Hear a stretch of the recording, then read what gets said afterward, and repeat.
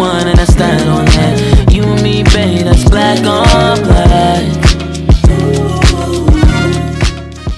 As somebody who most people don't know is a person with melanin, because you're melanin, you're not melanin strong. You know, it's not like a lot of melanin, but you got enough that you would have been enslaved. You know, probably working in a house. That said, I'm big. I don't know, 6'7". 6, 7, 8 had you what out there? Yeah, you probably would have been in the field. Why are we having this conversation? Let's not have this conversation. At least you didn't go. I thought you were going to say assisting the overseer. I was going to like, oh no. No, I wouldn't put you there. You know, we were just talking off mic because I'm watching this Bass Reeves Lawmen. And also, you know, I just finished this film starring Letitia James playing a woman who pretended to be a man, a Buffalo Soldier. And just how, you know, when I think about Buffalo Soldiers, I think about Bob Marley, Dreadlock, Rasta. You think about freedom fighters, you think about, you know, black men, right, the first cowboys, but you don't think about genocide of Native indigenous people and their participation in that genocide, right? And watching Lawman, you know, it opens up in the Civil War. And then I had my mind bent when I was like, wait a minute, Bass Reeves who was he fighting? Like, I was confused. I was like, yes, he's fighting. And then I was like, wait a minute, hold on, I think he's fighting on the wrong side. How do I feel about this? You know, it becomes really complicated. We were talking off mic about how people today talk about, well, I would never be a slave. I would never, you know, as if, like, yes, you would. And you would be raped. You would be brutalized. You wouldn't be running. You'd probably be more like Harriet Tubman's brothers who, you know, because if you think about running away from enslavement into what? There's no jobs for you. There's nobody feeding you, nobody clothing you. There's no shelter. You are just out, you know. And while, yes, that sounds better than being enslaved, for many enslaved people, that was all they knew. Bass Reeves was owned by somebody who took him into a Civil War situation and is like, boy, protect me.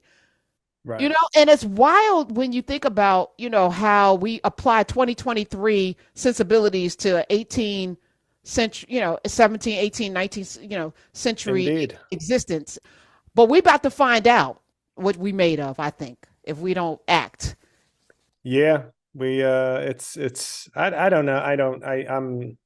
I try not to be too depressed, but I am actually sort of nervous about where we are as a society, like genuinely, not like academically or theoretically, but really like, you know, it's like you start to go, what's worse, if Trump loses in 2024 or wins? And I think wins, but I think we could 2020 or January 6th, 2021, I don't see how we don't get something worse than that.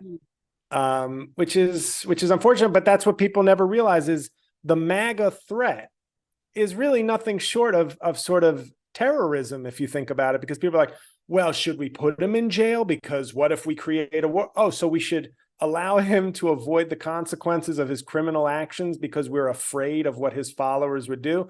If they were Muslim, we would be calling them terrorists. Instead, we call them Republicans or conservatives or MAGA conservatives because one of their leaders happens to have become president, but it doesn't wash, it doesn't scrub who he is. You know, if you know, no, I won't go where I was about to go. But in other words, people sort of where were you going? Where? No, I was going to say if Bin Laden had been elected in some random district in the House in 2002, we wouldn't say, "Hey, that's Congressman Bin Laden to you." No, he'd be like, no. This guy should not be afforded the respect, courtesy, or honor or responsibility of being. This is a criminal.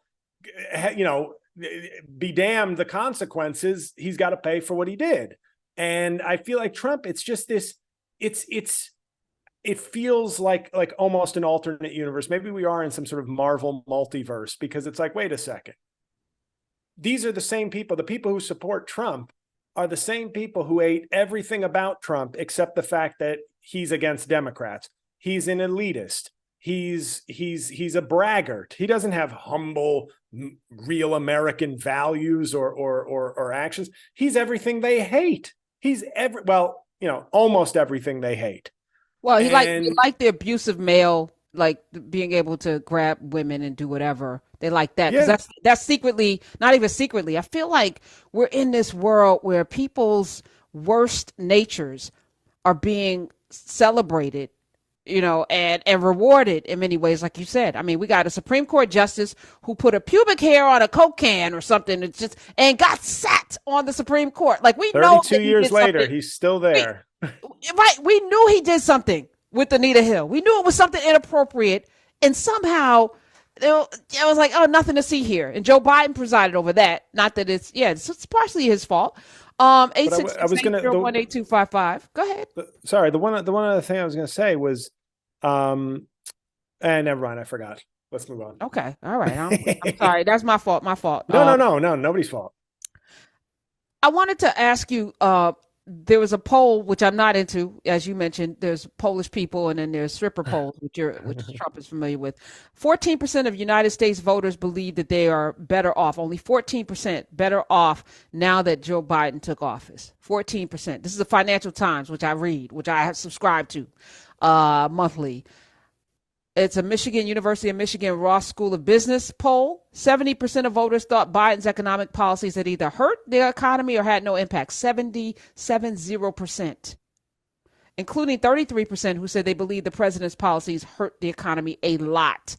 This coupled with this war, coupled with Israel right now, as we look at the Gaza Strip. And today I woke up to headlines of NICU babies being taken out of incubators because the hospital has no power.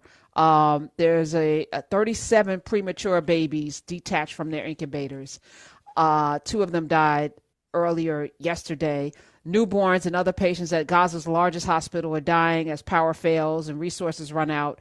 Imagine being in a hospital giving birth to a child. 35 babies born prematurely are probably all going to not be here. Babies. This is not going to end well, right? And Biden's taking a lot of the blame for what is happening in Israel, right? I don't know. I don't know. I look at Joe. I look at Joe Biden, and I just think in 2020, he basically, gunslinger came out of retirement to take out the one bad guy, and he did. And it seems to have been an incredibly thankless job. It's an incredibly difficult job. I think he's following his conscience. I don't think his support of Israel, because behind the scenes, I think he the real problem is he's dealing with Netanyahu. Right. And he's going to take all the heat. And I've read many columnists saying Joe Biden is more popular in Israel than Benjamin Netanyahu by a wide margin. But in this country, we have, I look at the way the Republicans still get to be that party of we stand with Israel. Meanwhile, Joe Biden actually is, to the detriment of his, at least agree or disagree, he's clearly taking a stand on what he thinks is right. He's exhibiting some leadership qualities, agree or disagree with what he's choosing to do.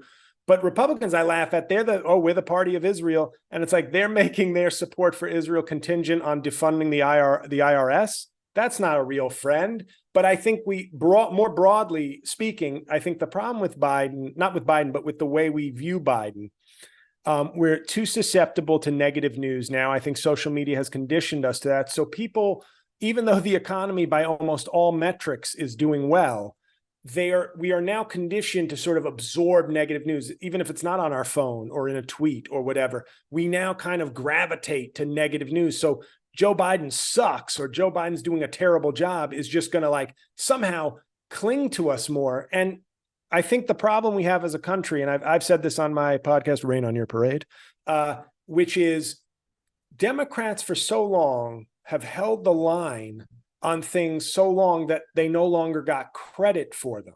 Abortion was one of those cases. Whatever you think on the topic of abortion, if it's important to you, if abortion access is important to you, many people took for granted that Democrats held the line. It just became Republicans can't get rid of it. So now I'm going to vote my taxes because I can feel safe that the things Democrats are protecting, they'll probably be protected under Republicans too. So sorry, Democrats, taxes and other issues that are more personal are now what. And then you vote for the guy who, pardon my language, grabs people by the pussy and are shocked when he starts to interfere with your reproductive area, to be more classy about it. And now, to quote Paul Mooney or paraphrase him, this was their vaginal wake-up call. I think is how I would say it. In other words, oh, you mean Republicans, when push comes to shove, will actually do this? Well, I guess I need to vote Democrat again because now I actually viscerally need them to protect it instead of this protection that I took for granted. Climate, to me, is the next issue where there's going to be a lot of drowning wake-up calls, if I can once again go, where it's like, oh, you mean my town, my city no longer exists? You know what? The Democrats kept talking about climate change, but I was always like, I'd rather drive a big car and live on the coast. And now it turns out I should have listened. Oh, but it's too late. Just like it's too late for some of the women who are forced to carry their pregnancies to term in certain states where that right is no longer protected.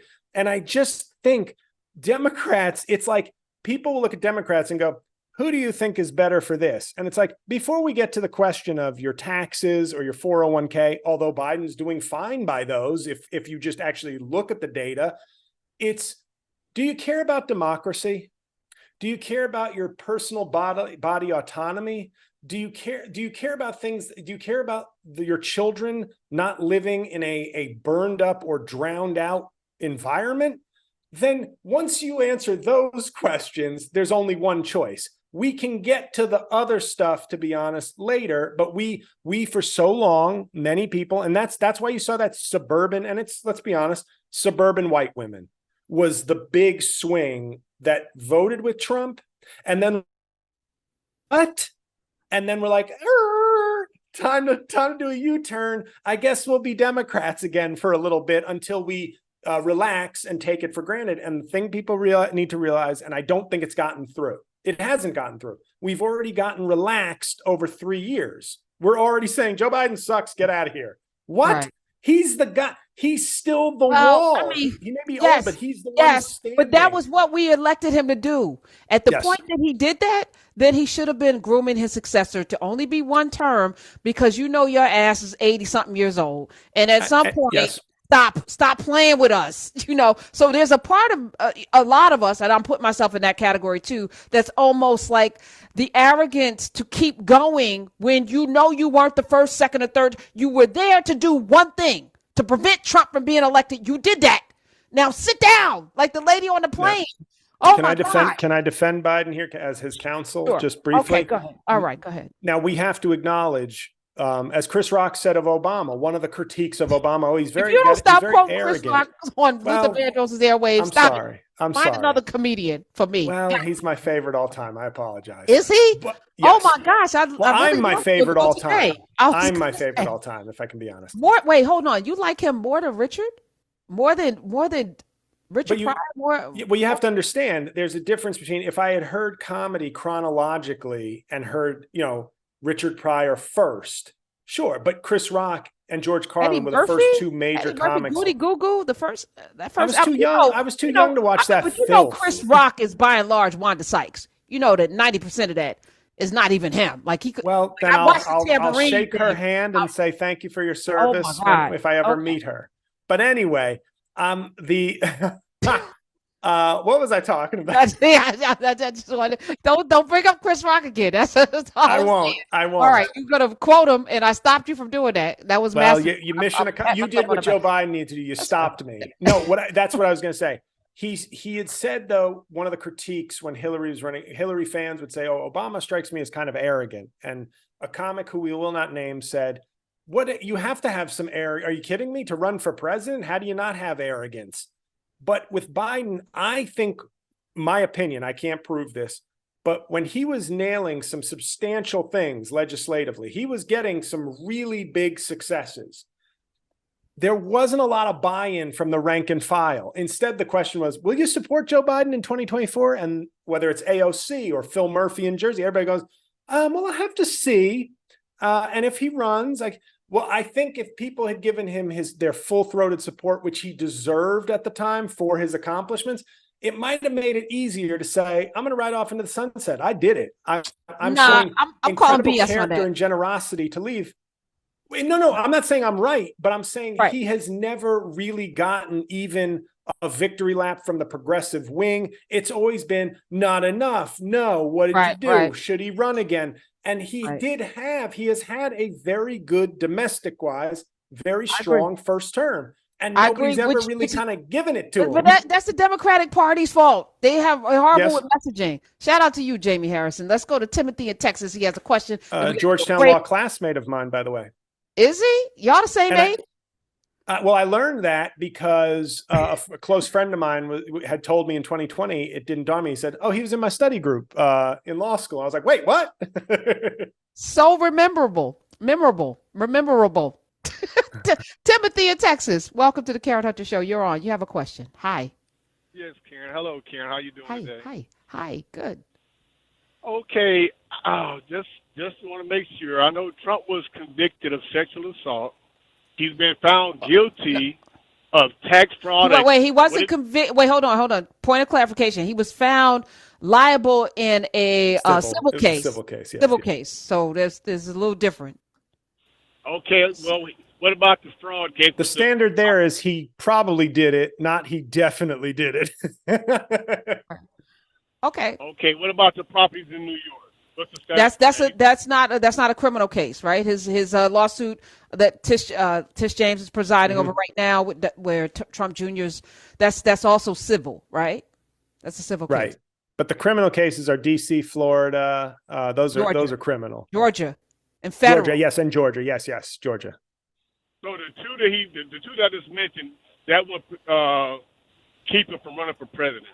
None of them will. The Constitution, and you're a lawyer, Timothy basically wants to know, how can he run? How can he even be? I'm glad he asked that. I think I may have made this point last time I was a guest, which is the founders no one has ever thought that we would be in a position. They never thought to put it in the Constitution or to even pass a law like, hey, if you're a felon, you can't run for president, because everybody's like, well, who's going to vote for a felon? We're not a stupid country. Of course, everyone would just know that. We don't have to put that in writing.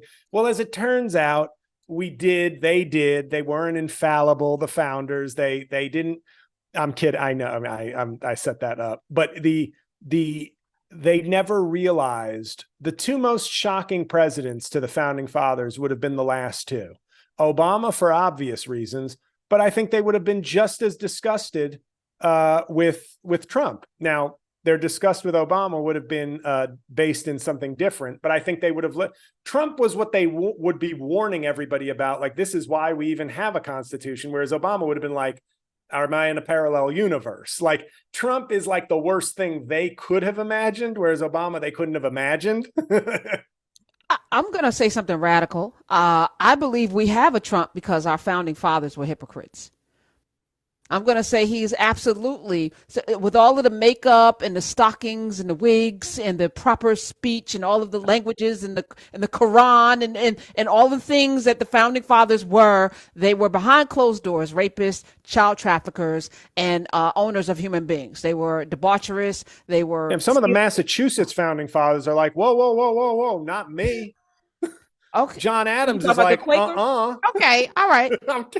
with one or two exceptions, by and large, the ones that we celebrate most that are on our dollars and stuff were these people. Trump is, to me, the manifestation of all the things they were behind closed doors. That's all. That's how I feel.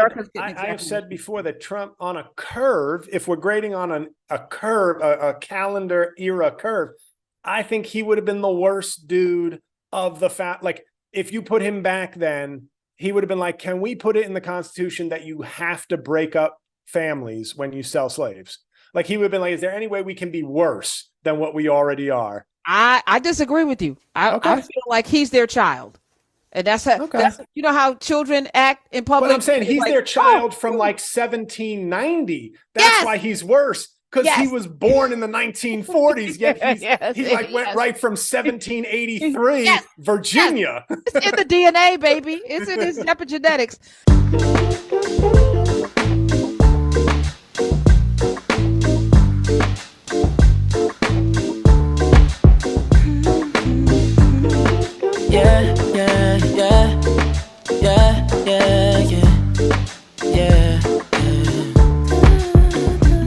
I run my fingers through her hair as she smiles and says that she loves me. Isn't it lovely when the one you love's thing